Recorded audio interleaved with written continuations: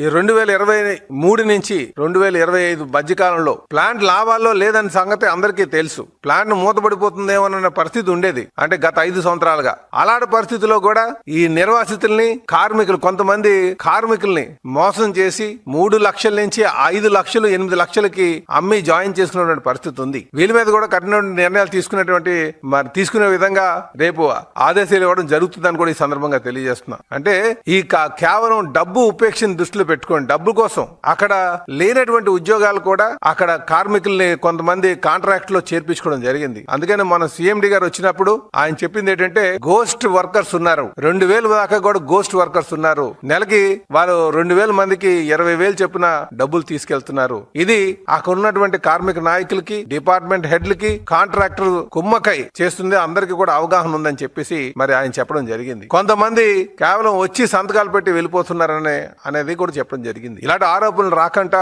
చూసుకోవాల్సినటువంటి అవసరం ఉంది. అందుకనే పబ్లిక్ సెక్టర్ పట్ల ప్రతి ఒక్కరు కూడా బాధ్యతగా మెలగాల్సినటువంటి అవసరం ఉంది. కనుక అటు ఎంప్లాయీస్ కావచ్చు, యాజమాన్యం కావచ్చు, మీరు దగ్గరుండి ఆ ప్లాంట్ లాభాల్లో నడిచే విధంగా బాధ్యతగా వ్యవహరించాల్సిన అవసరం ఉందని చెప్పి తెలియజేస్తున్నాను.